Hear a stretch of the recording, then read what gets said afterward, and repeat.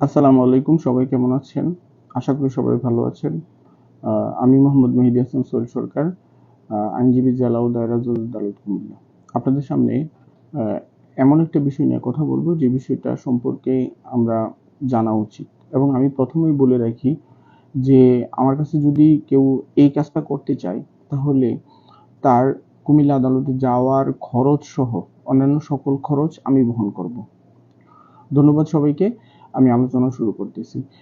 ব্যাপারটা হচ্ছে যে কোনো ব্যক্তি যদি ধর্ম পরিবর্তন করতে চায়, বিশেষ করে আমাদের মহান ধর্ম ইসলাম ধর্মে আসতে চায়, যে কোনো ধর্ম থেকে, হিন্দু, বৌদ্ধ, খ্রিস্টান বা অন্য কোনো ধর্ম থেকে যদি শুধুমাত্র আমাদের ধর্মকে ভালোবেসে, ধর্মের অনুশাসন, আল্লাহ নবী হজরত মোহাম্মদ সাল্লাল্লাহু আলাইহি সাল্লামকে তার জীবন দ্বারা, তার সব কিছুকে ভালোবেসে যদি আইনগতভাবে কেউ ধর্ম পরিবর্তন করতে চায়, আমার এই ভিডিওটা বাংলাদেশের যে কোনো অঞ্চলে যে কোনো ব্যক্তি দেখুক না কেন, সে যদি এই কাজটা করতে চায়, সে যদি আমার কাছে আসতে চায়, তার আসা যাওয়ার ভাড়া, খাবার সহ সবকিছু আমার উপরে থাকবে, আমি এগুলা বহন করব।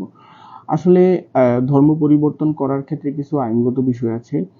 সেই আইনগত বিষয়গুলো নিয়ে আমি আলোচনা করব। আপনি ধর্ম পরিবর্তন করতে চাচ্ছেন, আপনাকে প্রথমত স্বাগতম। তারপরে আপনি ধর্ম পরিবর্তন করতে গেলে আপনাকে নোটারি পাবলিকের মাধ্যমে একটা হলফনামা অথবা এফিডেভিট করতে হবে।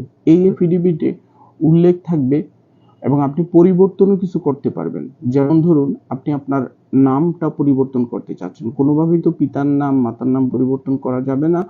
নামটা পরিবর্তন করতে চাচ্ছেন, কারো নাম যদি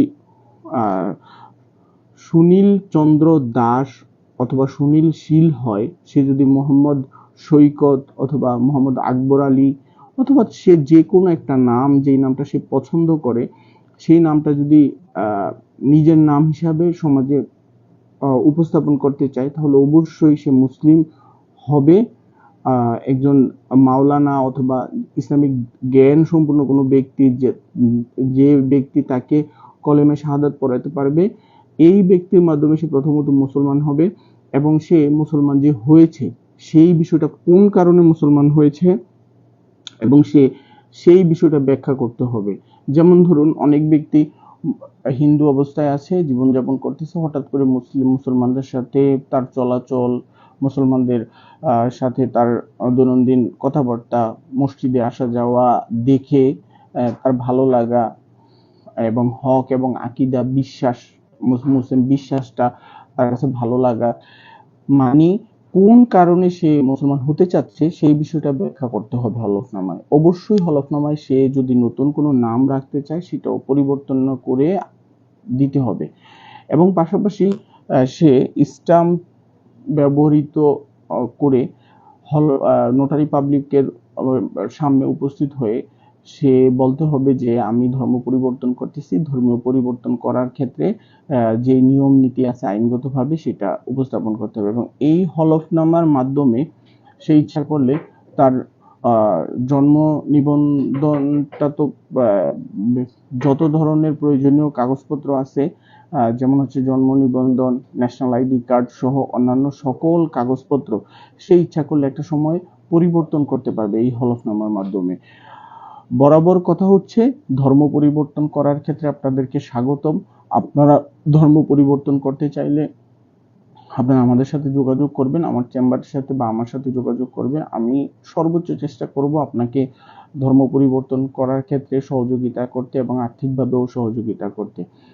ব্যাপারটা হচ্ছে, বাংলাদেশে খুব দেখা যাচ্ছে যে অনেক মানুষ আছে, তাদের যারা হিন্দু ধর্মের যে কাস্ট প্রথা আছে, বর্ণভেদ যে প্রথা, এই বর্ণভেদ প্রথা থেকে বের হয়ে আসার জন্য, অথবা আপনার মুসলমানদের সাথে মিশা এবং মুসলমানদের সাথে চলাচলের কারণে একটা ভালোবাসা মুসলিম ধর্মের প্রতি সৃষ্টি হয়। এই ভালোবাসা সৃষ্টির কারণে তারা নাম পরিবর্তন করে, হলফনামা সম্পাদন করে এবং এটা করে মুসলিম হওয়ার চেষ্টা করতেছে। তাদের জন্য আমি আজকে ভিডিওটা করলাম, তাদেরকে আমি সর্বোচ্চ সহযোগিতা করব। ধন্যবাদ সবাইকে। আমার ফোন নাম্বার দেওয়া থাকবে। এমন কোনো ব্যক্তি যদি আপনাদের কাছে থাকে, তাহলে আমাকে অবশ্যই ফোন দিয়ে জানাবেন, আমাকে আগে বলবেন। আমি তাকে আদালতে নিয়ে ধর্ম পরিবর্তনের জন্য সার্বিক সহযোগিতা, আইনগত ব্যবস্থা সব করে দেব। ধন্যবাদ। আসসালামু আলাইকুম।